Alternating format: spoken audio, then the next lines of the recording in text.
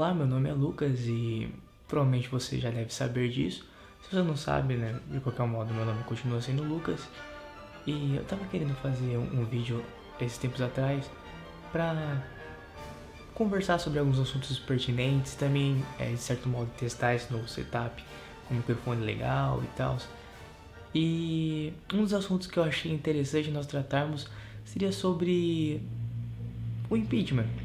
Não exatamente sobre o rito do impeachment, sobre se o impeachment era um golpe ou não era afinal, mas sobre as consequências que isso trouxe para a mentalidade de nós como brasileiros, como pessoas que acompanharam esse processo. Bem, antes de nós conversarmos sobre isso, eu vou já dizer qual que é a minha posição, de certo modo, política.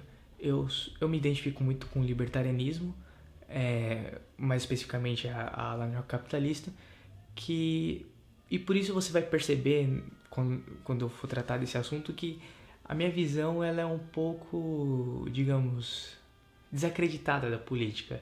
E eu acho que isso é um ponto positivo, porque observando todo aquele rito do impeachment, observando as votações no Senado, as votações anteriores na Câmara dos Deputados, eu pensei que no final de tudo, na soma, né, total, nós fôssemos olhar e falássemos assim: nossa, cara, não é verdade que esse negócio de política não funciona? Que é praticamente um clube de bolinha e a gente elegeu esses caras e esses caras não foram eleitos por nós, eles não representam a gente, eles têm interesses próprios. E a gente fala assim: nossa, cara, realmente a gente deveria achar alguma via diferente da política.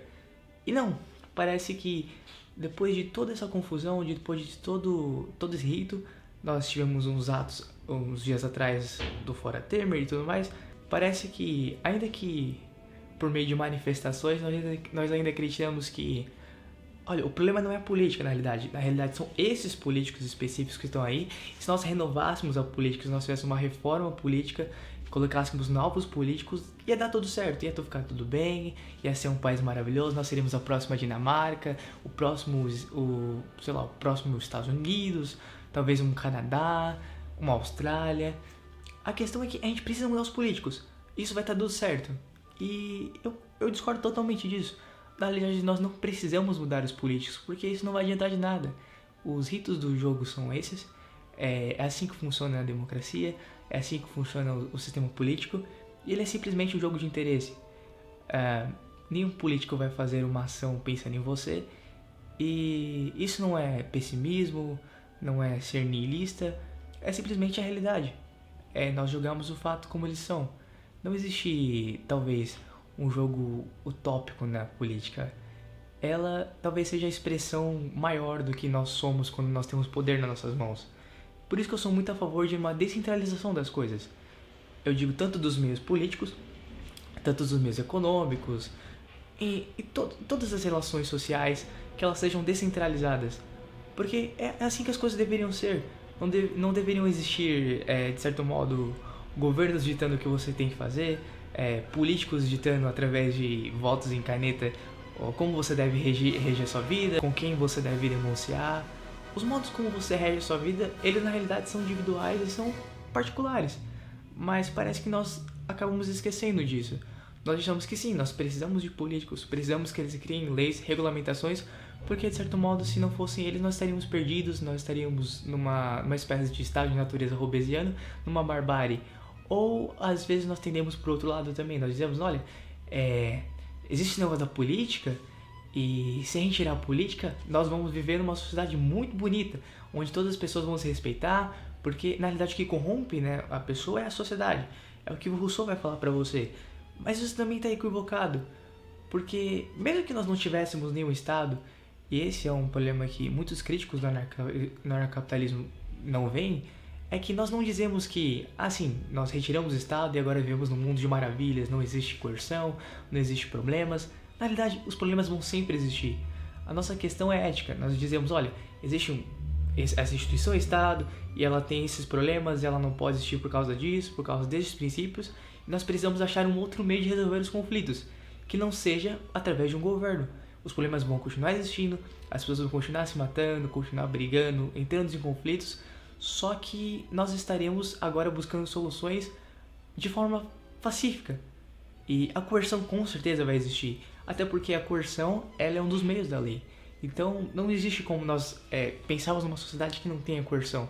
Ela é essencial, ok, mas nós estaríamos falando de uma coerção que seja necessária, não uma coerção gratuita. E essa que seria, na realidade, a grande questão. Por que depois de toda essa exposição do que realmente os meios políticos são, de como as regras do jogo são ditadas, nós ainda acreditamos que por meios políticos nós conseguimos mudar as coisas?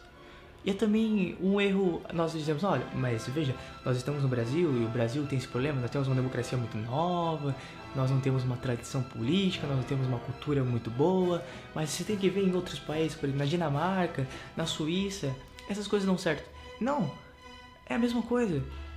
Você pode não ver, talvez eles escondam melhor que você, talvez eles roubem menos do que nós roubamos, mas continuam roubando, continua sendo errado. É inerentemente errado nós tributarmos questões éticas a meios simplesmente utilitários. Olha, veja, existe esse modelo que ele funciona, pode não ser o ideal, pode não ser o correto ou certo, mas ele funciona, então vamos continuar com ele. Isso, pra mim, isso é irreconciliável. Nós não podemos viver numa realidade simplesmente utilitária, que é muitas vezes o que nós vivemos hoje. Uma sociedade utilitária onde, se esse princípio dá certo, tudo bem. Agora, se não dá certo, acho melhor nós acharmos essa medida correta do bem. Enfim, era só um pequeno disclaimer sobre esse assunto. Eu quero deixar esse debate aberto. Se você quiser falar, se você não quiser falar, tudo bem. Eu acho que eu vou postar mais vídeos sobre esse assunto. É um assunto que eu gosto muito, sobre política. E eu nunca tinha, pensado realmente em seguir falando sobre essas coisas. Você pode discordar de mim. Aliás, você tem todo esse direito. Assim como diz um youtuber que eu gosto muito, o Zinobre, que você tem todo o direito de estar errado. E a gente se vê no próximo vídeo. Falou!